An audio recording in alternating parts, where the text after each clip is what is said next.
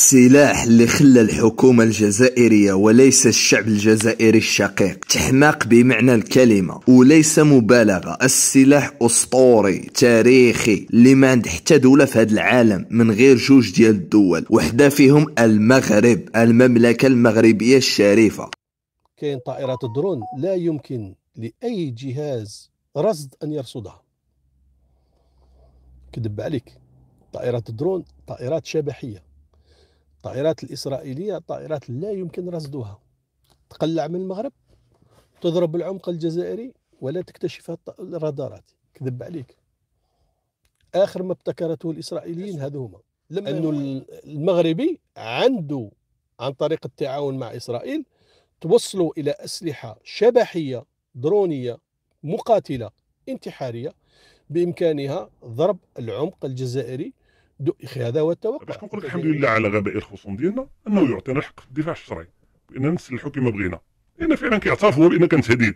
كنا باغيين الحرب، بغينا نهاجموا المغرب، وبالتالي ملي كيقول لك كنت غادي نهاجمك هذا يعطيك الحق انك توجد باش تدافع على راسك، وبالتالي هذا يبرر بان المغرب يعني توجه في اطار تنويع مجموعه من الشركاء انه يقتني تيسانع عسكريه مهمه التي ردعت الخصوم. دابا ملي كنجيو كنقولوا ان المغرب ذكي تريز انتيليجون، هذاك المغرب كيبدا يشري في الخردات وهذا ويجي يعمر في الكراجات وصافي، لا كيعرف يشري السلاح اللي يتلائم مع ذاك المسارح ديال العمليات اللي تقدر تكون مهدده من طرف بطبيعه الحال الجبهه ديال البوليساريو اللي موراها بطبيعه الحال الضباط الجزائريين اللي هما اللي كيمشيو داكشي ديال البوليساريو. يا هضره القجع دير رومبون ولا ما ديرش، رقب غير طول هكا. انا اللي قاعد بالبطونه تاع الاسكاتسون، راك فاهم. وكان هناك حديث عن ان اسرائيل تبني او تنوي بناء قاعده لصناعه طائرات مسيره بدرون انتحاريه سويسيدار في المغرب. يعني هل هذا الموضوع يقلق الجزائر؟ ما يقلق، ما حتى شيء، وهذا شيء جديد قديم. سي با دوجوردي.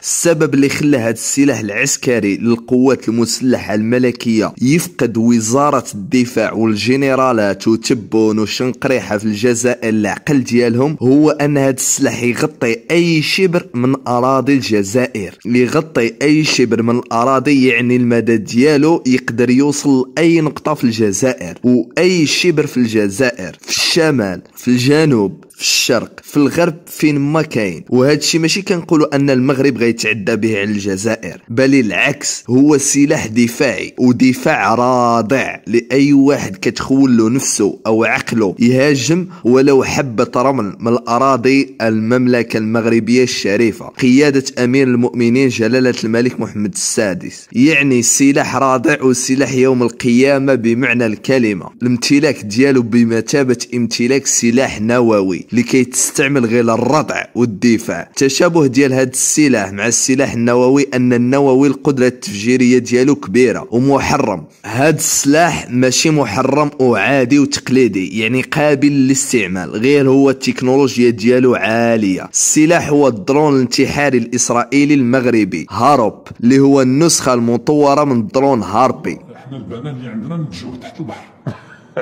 نعم نغرسوه نقولوا خونا اسامه يحط الصوره يشوفوها باش يفهمونا. اسامه من بعد حط الصوره هذيك تاع البنانه هذيك اللي خرجت من تحت البحر تاع الجيش الوطني الشعبي نصره الله وايده. احنا البنان تاعنا نخدموه تحت البحر في غواصات ما ديتيكتيها لا الاقمار الصناعيه، واسرائيل تخاف منها اللي جبتوه من الحدود.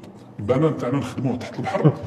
وشوفوا النموذج تاعو كيوري لكم المخرج، يوري لكم نموذج تاع البنانه الجزائريه كيف عندها. اذا عندكم بنان كيما هذاك نسكتوا على ما نقدروش نهضروا. هاد الدرون الخارق اللي شفناه مره واحده في الحرب ما بين ارمينيا واذربيجان اللي خلى اذربيجان تفوز بمجرد دخول هاد السلاح المعركه، قدر يدير خرباله. كيفاش هاد الخرباله؟ ايوا دير واحد جيم ومتابعه لخوك المارشال اللي عزيز عليك، وما تنساش تبارطاجي الفيديو مع خوتك المغاربه والجزائريين ونكملوا. من دخل هاد السلاح عند القوات الاذربيجانيه بتحكم من اسرائيل قدر يدمر جميع المنظومات والاسلحه الارمينيه كلها، واللي هي عباره عن منظومات روسيه. كنت تعرف كيفاش كيدير الصدمه قيسك درون هارو فيه 23 كيلوغرام، يعني غير الوزن ديالو كيقول لك مستحيل تشدو شي حاجه ولا شي منظومه ولا شي صاروخ يقدر يطيحو. كيطلع للسماء تعرف شحال؟ البعد 1000 كيلومتر. تخيل هذا العدد راه غير ممكن. والمساحة أكثر من 1000 كيلومتر، يعني 1000 كيلومتر في الجو طولا وعرضا. كتبرمجو كتقول له بخوارزميات السي الدرون سير ضرب لي هذا الهدف في هذا الوقت بالضبط بهذه السرعة وفي الدقيقة وفي الثانية. كيف ما كانت منظومة الدفاع، طائرة، مصفاة غاز ولا نفط، عسكريين، مركبة، دبابة، اللي بغيت واللي تخيل عقلك يدمرو، كيبقى يدور في السماء يتجول ويحوم حتى يوصل التوقيت اللي مبرمجلو نتايا ويطيح على الهدف.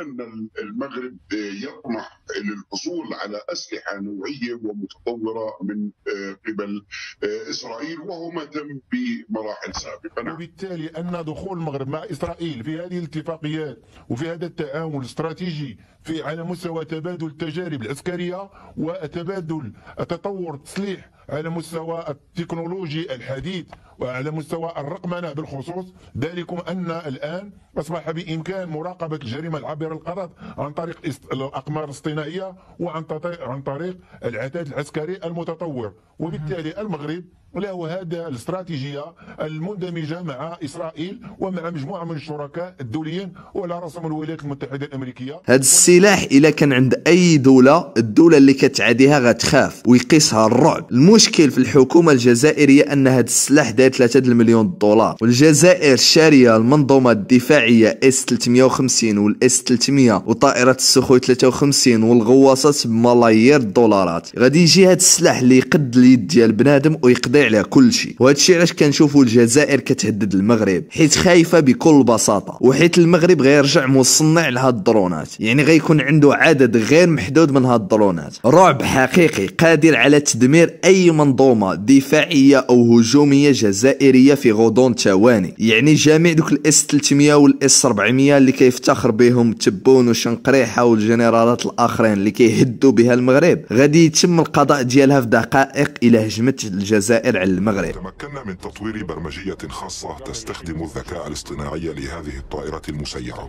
حاليا لا توجد مثل هذه التقنية في سوق الدرونات العالمية. الذكاء الاصطناعي يحلل بيانات كاميرات درون بنفسه ويساعد الشخص الذي يتحكم بالطائرة المسيرة. وهذا الدرون القتالي كوب يلفت الانتباه فعلا، كونه طائرة مسيرة هجومية لكنه لا يحمل القنابل، بل إنه قنبلة بحد ذاته، ويسمى في التصنيف الغربي الدرون الانتحاري.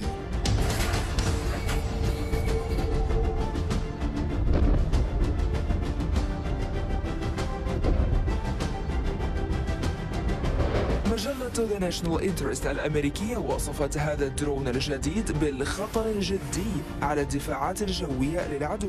ومن هذا الشيء كامل كنبقاو خوا بين الشعب الجزائري والمغربي، أما الحكومة الجزائرية ربي يهديها. كان معكم خوكم المارشال في حلقة الدرون الخارق اللي دخل الخدمة في المغرب. ما تنساوش تتابعونا فيسبوك المارشال، يوتيوب المارشال، تيك توك المارشال.